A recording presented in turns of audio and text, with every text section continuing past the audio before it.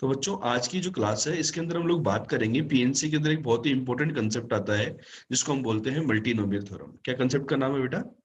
Multinomial theorem इस concept का नाम है कि मल्टीनोमियल थ्योरम क्या होता है और इसके प्रॉब्लम्स को कैसे सोल्व किया जाता है। ठीक है, तो देखो सबसे पहले हम यहाँ पर एक स्टेटमेंट लिखते हैं कि मल्टीनोमियल थ्योरम का स्टेटमेंट क्या होता है। द नंबर ऑफ वेज, लिखेंगे साथ साथ, the number of ways of selecting exactly are number of ways of selecting exactly are things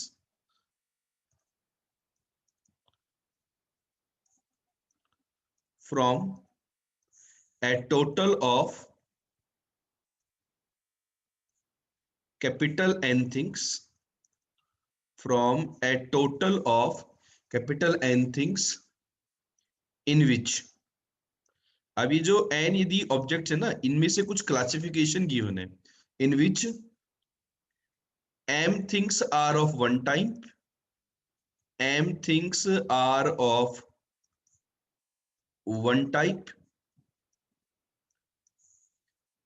n things are of other type, n things are of second type बोलते थे इसको, other की बजाय second type, and M हो गया, N हो गया, एक और ले लेते हैं, and p things are of, p things are of third type.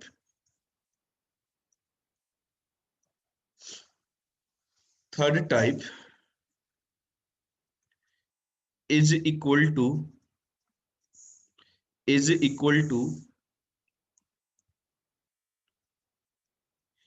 Coefficient of x की पावर आर इन एक्स की पावर 0, एक्स की पावर 1। जो पहले टाइप की जो ऑब्जेक्ट्स थे वो कितने थे? m थे, तो x की पावर m तक। दूसरे वाले कितने थे बेटा? n थे। एक बार ये लिख लीजिए कहां से आए, इसको भी हम समझेंगे। ये इसका मल्टीनोमियल थ्योरम का एक स्टेटमेंट है बेटा। सबसे पहले कि इसका कोफिशिएंट हमें निकालना होता है। देखो इस बात को ऐसे समझिए कि लेट से हमारे पास यहाँ पर टोटल n थिंग्स थे, उनमें से m एक टाइप के थे, n दूसरे टाइप के थे और p तीसरे टाइप के थे। ठीक है ना? और m plus n plus p की वैल्यू कैपिटल N थी। तो यहाँ पर जो कैपिटल N जो ऑब्जेक्ट्स हैं उनमें से आपको R ऑब्जेक्ट सेलेक्ट करने थे। तो आप मुझे बताइए क्या NCR का फॉर्मूला यहाँ पर अप्लाई होगा? क्या नहीं होगा? क्यों नहीं होगा NCR का फॉर्मूला? बिकॉज एन जो ऑब्जेक्ट्स है कैपिटल एन वो डिस्टिंक्ट नहीं है। याद करो, यदि एन ऑब्जेक्ट डिस्टिंक्ट होते तो मैं एनसीआर का फॉर्मूला लगा देता या नहीं लगा देता? लगा देता। तो यहाँ पर हमें क्या है, ये ऑब्जेक्ट एक जैसे हैं, ये एक जैसे हैं, ये एक जैसे अलाइक ऑब्जेक्ट्स हैं। तो अलाइक ऑब्जेक्ट्स के ग्रुप में यदि आपको एग्जैक्टली आर ऑब्जेक्ट सेट करने होते हैं तो मल्टीनोमियल थ्योरम काम आती है। ये कैसे आई? सपोज आप एग्जांपल समझिए, मेरे पास 3 एप्पल हैं, 4 ऑरेंजेस हैं और 2 मैंगोज हैं। How many objects I have? Total 9 fruits हैं। कितने फ्रूट्स है बेटा? 9 फ्रूट्स हैं।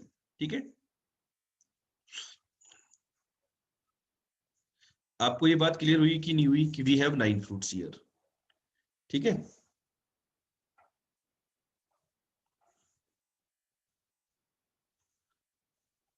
अब आप मुझे बताइए कि इनमें से,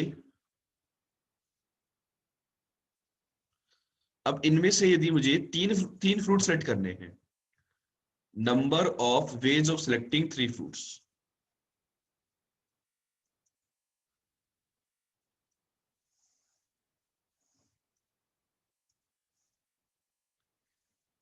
तो आप बताइए क्या आंसर होगा कि number of ways of selecting 3 fruits क्या होगा, कि हम 3 फ्रूट को कितने तरीकों से सिलेक्ट कर सकते हैं।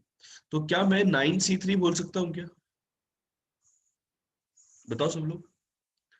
भाई 3 फ्रूट लेने हैं तो 3 फ्रूट को लेने के देखो यहाँ पर केसेस बनेंगे कि तीनों फ्रूट एक जैसे हो, समझना।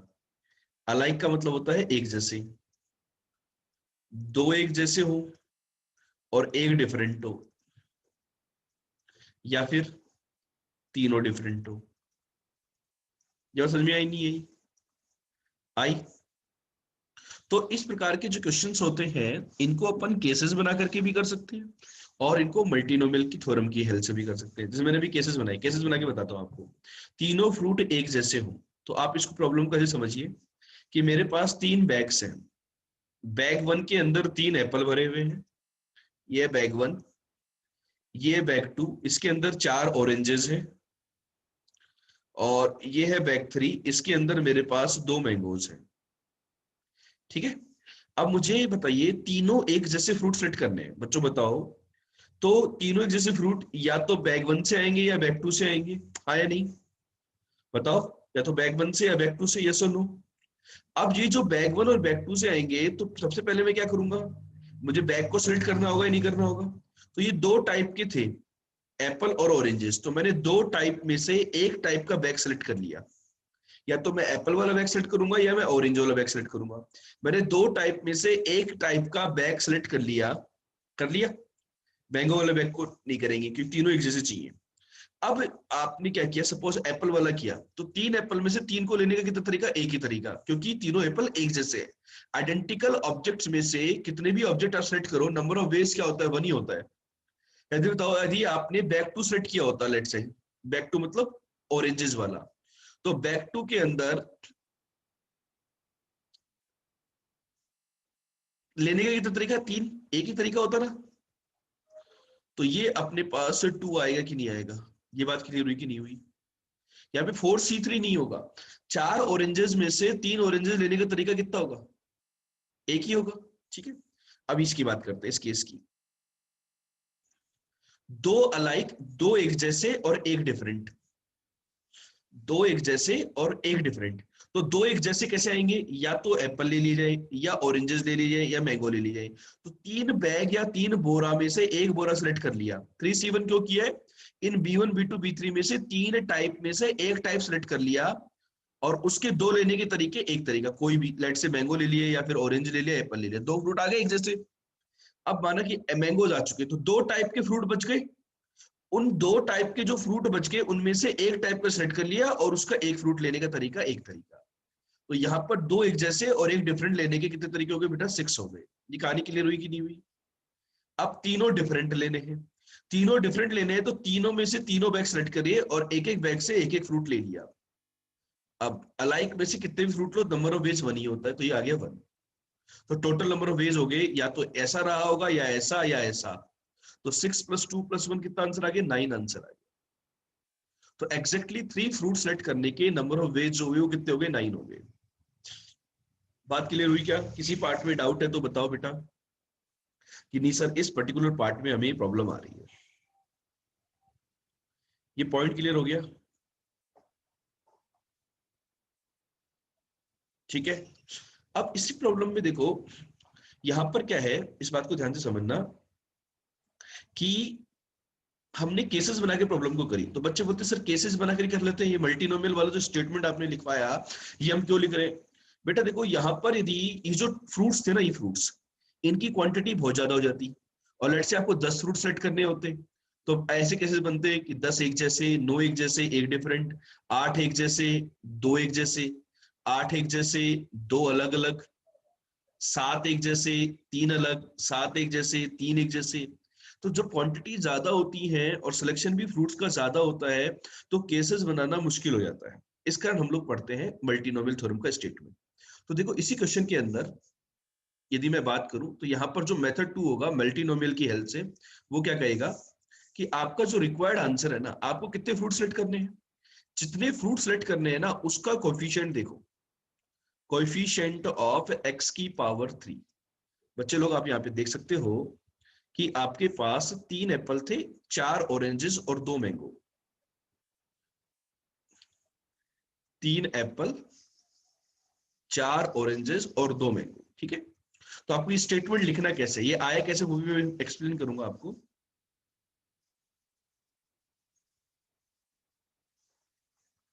आप देखिए, थोड़ा सा ध्यान से समझिए। कोएफिशिएंट ऑफ एक्स क्यूब किसके अंदर से आएगा? जो पहला टाइप जो है ना, उसमें हम लिखते हैं एक्स की पावर 0 प्लस एक्स की पावर 1 प्लस एक्स की पावर 2 प्लस एक्स की पावर 3। जितने क्वांटिटी है ना, उस पावर वहां तक जाएगी। ऐसे समझिए कि जो पावर होती है ना, ये इस बात को इंडिकेट करती है कि आपने एप्पल कितने लिए, 0 लिया, 1 लिया, 2 लिया या 3 लिया, ठीक है। फिर ऑरेंजेस की पावर, मतलब ऑरेंजेस आपने कितने लिए, 0 1 2 3 4। और मैंगो कितने लिए, 0 1 2। अब इनके जो सिलेक्शन में से ओवरऑल आपको 3 फ्रूट लेने हैं, तो एक्स क्यूब का कोफिशिएंट क्यों निकाल रहे हैं हम लोग? जैसे ये है एक्स की पावर 0, एक्स क्यूब और एक्स की पावर 0, ये तीनों टर्म मिलकर के एक्स क्यूब बनाएंगे, नहीं बनाएंगे? तो इसका कोफिशिएंट 1 आएगा। तो मतलब एक तरीका हो गया कि जब हमने 0 एप्पल लिए, 3 ऑरेंजेस लिए और 0 मैंगो लिए, तो ये 1 ले लिया, इसको भी 1 ले लिया और इसको भी 1 ले लिया, एक तरीका आ गया। इसको 2 ले लिया, इसको 1 ले लिया, इसको 0 ले लिया, आएगा नहीं आएगा? तो जितने प्रकार से ये एक्स क्यूब बनेगा, उतने ही तरीके से हम लोग मतलब कॉम्बिनेशन सेट कर रहे हैं। तो इसी को बोलते हैं मल्टीनोमियल थ्योरम। ये बात क्लियर हुई कि नहीं हुई? कि हम ये कोफिशिएंट जो होगा, ये हमारा number of roots of selecting exactly r objects को इंडिकेट करेगा कि नहीं करेगा? क्लियर हो गया ना पॉइंट? तो ये पॉइंट सबसे इंपॉर्टेंट था कि हमने ये स्टेटमेंट लिखा कैसे, ठीक है। अब आपको यहां पर इसके बाद जो कैलकुलेशन होती है, ये बेसिकली हमारी बाइनोमियल की कैलकुलेशन है। बेटा देखो, ये जीपीज है, ये क्या है, जीपी है। पहले वाली जो सीक्वेंस है ये जीपी है। तो जीपी का पहला टर्म है 1।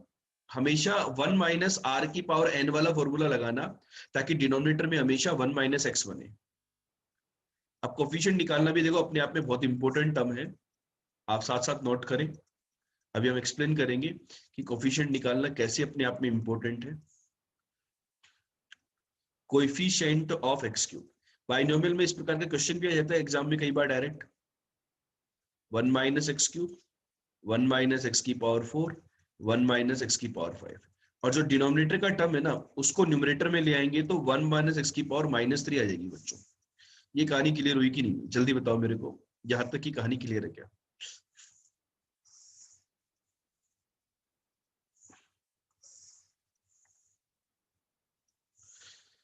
ठीक है।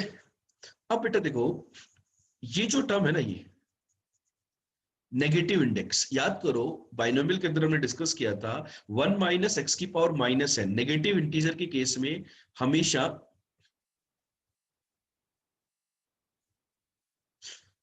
हमेशा क्या होता है, पॉजिटिव इंडेक्स वाली पावर आती है। कैसी पावर आती है? Positive index. जैसे 1 माइनस एक्स की पावर -n का एक्सपेंशन होता है 1 plus n x plus n into n minus 1 into x square by factorial 2 and so on. मतलब पावर्स जो होती है वो इंक्रीज करती हुई जाती है, ठीक है। तो यहाँ पर कई बच्चों को लगता है कि सर ये वाला एक्सप्रेशन कैसे आया? बेटा ये जीपी के सम से आया है। जीपी का sum a into 1 minus r की power n upon 1 minus r, a into 1 minus r की power n upon 1 minus r, ठीक है। ठीक है। तो अब यहां पर देखो, हमें किसका कोफिशिएंट निकालना है? एक्स क्यूब का। इसके अंदर से 1 माइनस एक्स की पावर -n में से एक्स की पावर आर का कोफिशिएंट का एक फॉर्मूला लिखवा था हमने, याद हो तो आपको, ये था n plus r minus 1 c r, ठीक है। तो बताइए, इन तीनों को यदि अपन मल्टीप्लाई करेंगे ना, तो देखो तीनों को यदि मल्टीप्लाई करेंगे तो ये मिलेगा 1 minus x cube minus x की पावर 4 माइनस एक्स की पावर 5 प्लस एक्स की पावर से, मतलब आगे पावर्स होंगी वो आगे बड़ी होती जाएंगी। मेरे समझाने का मतलब ये है कि यदि आपको एक्स क्यूब का कोफिशिएंट चाहिए, तो इन ये जो टर्म्स है ना, इनको नेग्लेक्ट कर दो, क्योंकि इनका कोई यूज नहीं आएगा। क्यों यूज नहीं आएगा? आगे वाली नेग्लेक्ट क्यों कर दिया? क्योंकि ये जो टर्म होंगी, इनसे मल्टीप्लाई होकर के इसकी जो टर्म होगी ना 1 माइनस एक्स की पावर -3, इसकी टर्म से मल्टीप्लाई होकर के एक्स की हायर पावर ही बनाने वाली है, एक्स क्यूब तो बनाएंगी नहीं।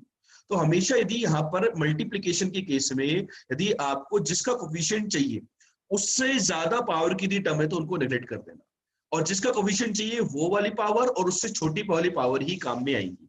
क्योंकि इन सबको अपन मल्टीप्लाई कर रहे हैं, तो देखो 1 किससे मल्टीप्लाई होगा?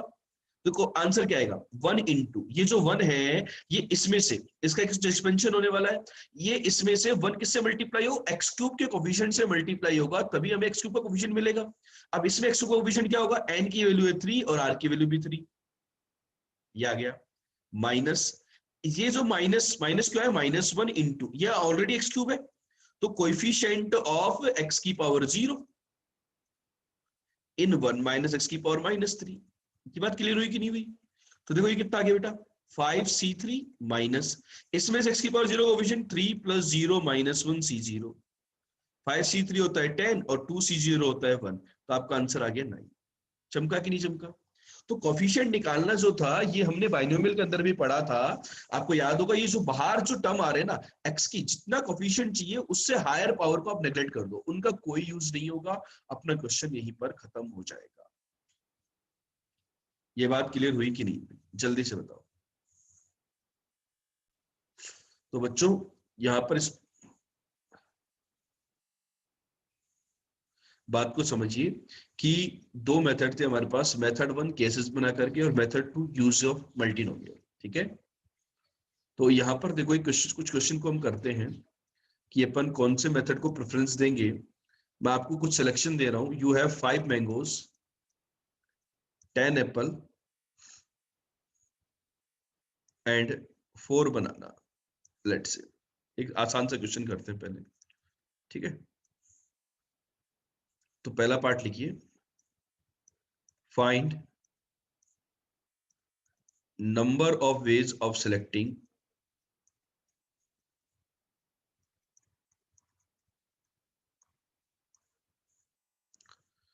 Three fruits, number of ways of selecting three fruits. दोनों मेथड से करते हैं। मेथड 1, तीनों एक जैसे हो, दो एक जैसे एक डिफरेंट, या फिर तीनों डिफरेंट। तो तीनों एक जैसे, 3 बोरे हैं, 3 बोरों में से कोई भी एक बोरा ले लें और उस बोरे में से 3 ऑब्जेक्ट लेने का एक ही तरीका, तो आपका आंसर आ जाएगा 3।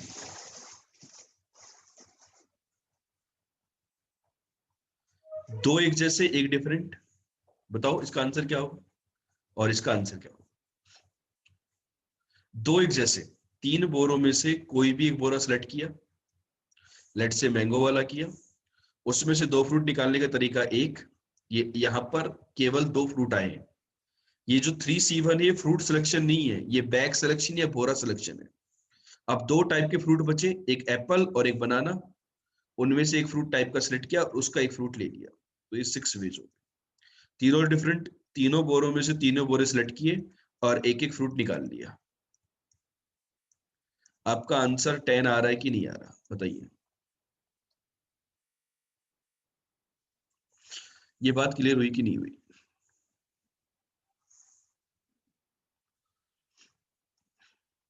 ठीक। इसी प्रॉब्लम को यदि मैं एक दूसरे मेथड से करूं, मेथड 2, तो मेथड 2 क्या कहता है, कोएफिशिएंट ऑफ एक्स क्यूब, किसमें से 1 + x + so on x की पावर 5,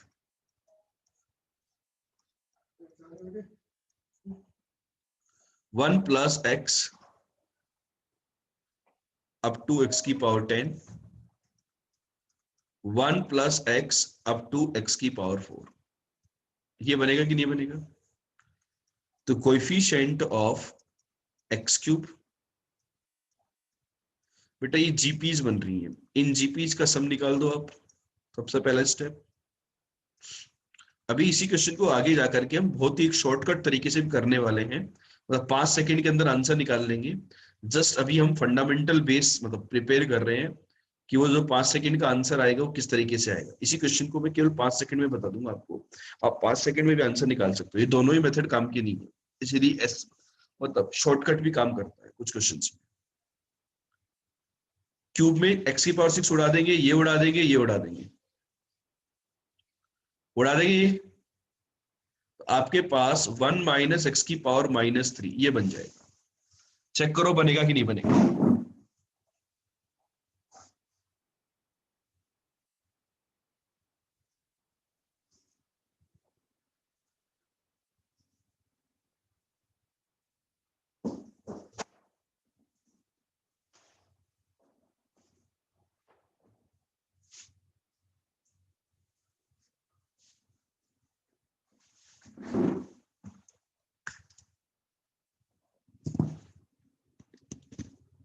हाँ बच्चों, अब बताओ इतना बना कि नहीं बना।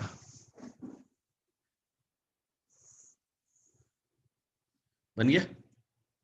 अब इसमें से एक्स क्यूब का कोफिशिएंट निकालो। आवाज आ रही है मेरी? इसमें से एक्स क्यूब का कोफिशिएंट निकालो, क्या आएगा? N plus r -1 c are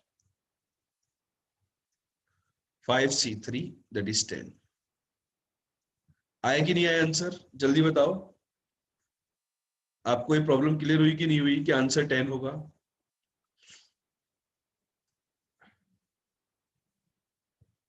जल्दी बताइए।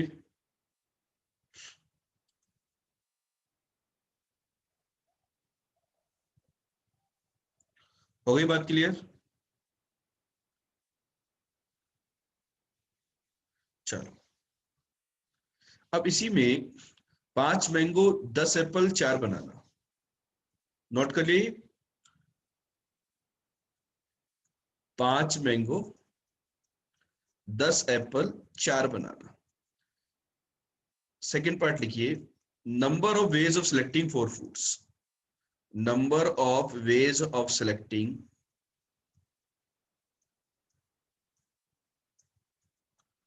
4 फ्रूट्स क्या होगा, बताओ जरा। तो इसको सबसे पहले मेथड 1 से करते हैं। तो मेथड 1 क्या कहेगा? चारों एक जैसे, या फिर 3 एक जैसे और एक अलग, या फिर 2 सलमान खान,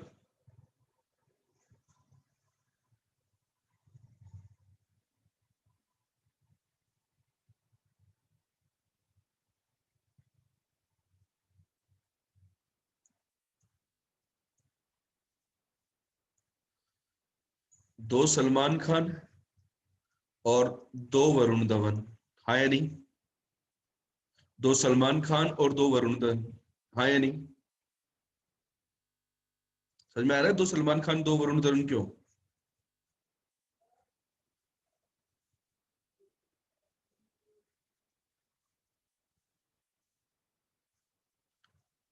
जुड़वा, पुरानी जुड़वा और नई जुड़वा, 2 एक जैसे 2 दूसरे जैसे। आया ना समझ में कि नहीं आया? आ गया। तो इस प्रकार के बहुत सारे केसेस हमारे पास बनने वाले हैं।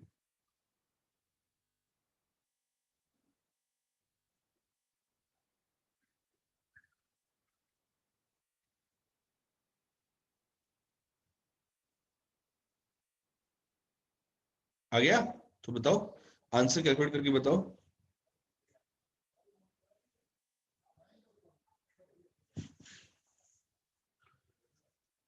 चारों एक जैसे, या तो मैंगो या एप्पल या बनाना। तो ये देखो, जैसे जैसे ऑब्जेक्ट की क्वांटिटी ज्यादा होगी ना, वैसे वैसे एक मेथड जो होगा ना थोड़ा सा लेंदी होता हुआ जाएगा। लेकिन देखो, ये पीएनसी जो है basically fundamental analysis of mathematics है, काउंटिंग के बेसिक प्रिंसिपल्स है, तो इसको काउंटिंग आनी चाहिए अभी। ये चारों एक जैसे, तो 3 बोरे हैं, कोई भी एक बोरा ले लो और उसमें से 4 निकाल लो, तो आपका आंसर 3 आ गया। ये 3 एक जैसे, 3 बोरों में से कोई भी एक बोरा लिया, उसमें से 3 निकाल लिए, 2 बोरे बच गए, उसमें से एक बोरा सेलेक्ट किया और उसमें से एक निकाल लिया, ये 6 आ गया। केसेस को समझते जाओ, और जो मैं ये 3C1 2C1 कर रहा हूं, इनके रीजन लिखते रहना अपने आप की लैंग्वेज में। अब बताओ तीसरा केस देखो, 2 एक जैसे 2 दूसरे जैसे, मतलब ये जो 3 बोरे हैं, इनमें से कोई भी 2 बोरे सेलेक्ट कर लें। कोई भी 2 सेलेक्ट कर लिया। बोरों का टाइप तो अलग अलग था ना, इस कारण अपन 3C2 लगा सकते हैं। अब ना मैंगो और एप्पल वाला लिया, तो मैंगो वाले में से 2 निकालने का तरीका एक, और एप्पल में से 2 निकालने का तरीका भी एक। तो ये आ गया 3। दो एक जैसे 3 बोरों में से एक बोरा लिया, उसमें से 2 निकाल दिए, काम खत्म। अब 2 बोरे बच गए, उसमें से दोनों बोरे सेलेक्ट किए और एक एक फ्रूट निकाल लिया। कैलकुलेशन को बिल्कुल प्यार से समझना, चारों डिफरेंट हो ही नहीं सकता, 4 डिफरेंट फ्रूट आ ही नहीं सकते, 0। तो इन सबका सम निकाल दो, 9 और 6 15, सम आ गया 15। तो ये जो गिवन कॉम्बिनेशन है, इसमें से 4 फ्रूट को सेट करने के जो नंबर ऑफ वेज होंगे वो कितने होंगे, 15 होंगे। ये बात क्लियर हुई कि नहीं?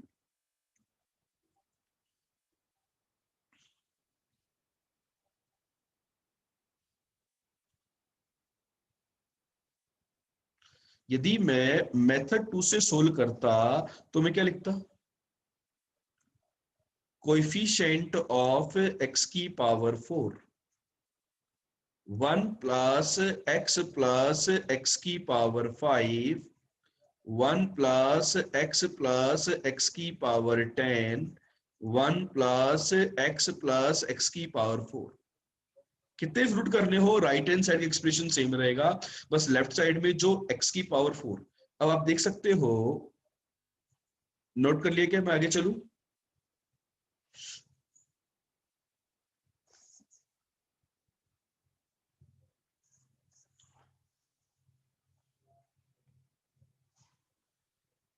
तो देखो यहां पर मैं कैलकुलेट कर रहा था कोएफिशिएंट ऑफ x की पावर 4, वो जो जीपीज आई उनका सम ये आया।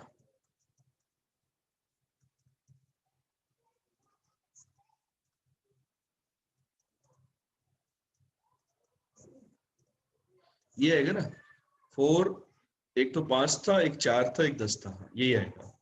तो ऊपर वाले उड़ा देंगे सब, तो कोएफिशिएंट ऑफ x की पावर 4, ये सब खत्म कर दो, इनका कोई यूज नहीं है। तो इसमें formula n plus r minus 1 CR, ये n और ये r, तो 6C4 6C2 के बराबर, और 6C2 होता है 15। तो हमने जल्दी से आंसर निकाला कि नहीं निकाला कोएफिशिएंट मेथड से? आगे जाकर के एक मेथड और आएगा जिससे प्रॉब्लम को और जल्दी सोल्व कर पाएंगे, लेकिन अभी के लिए ये वाला मेथड क्लियर हुआ है नहीं हुआ कि तो जब भी एग्जैक्टली आर ऑब्जेक्ट सेलेक्ट करने हो, एग्जैक्टली आर ऑब्जेक्ट्स, और यदि एन डिस्टिंक्ट ऑब्जेक्ट हुए तो एनसीआर लग ही जाएगा, लेकिन कॉम्बिनेशन ऑफ अलाइक ऑब्जेक्ट होता है, then we use multinomial theorem. इन केसेस में हम मल्टीनोमियल थ्योरम को यूज में लेते हैं। ये बात क्लियर हुई क्या, कि when you will use the multinomial theorem, कि मल्टीनोमियल थ्योरम तब यूज में आएगी जब नंबर ऑफ ऑब्जेक्ट्स, मतलब टोटल ऑब्जेक्ट डिस्टिंक्ट नहीं, मतलब सिलेक्शन ऐसे किया बनो कि ये एक जैसे, ये दूसरे जैसे, तीसरे जैसे, अलाइक अलाइक हो, फिर उनमें से बोला कि इतने ऑब्जेक्ट सेट करने, then you have to use the multinomial theorem. ठीक है, this is the application of multinomial theorem. With the help of those couple of examples we have done this problem. Okay, I hope सभी बच्चों को ये कहानी clear हो गई।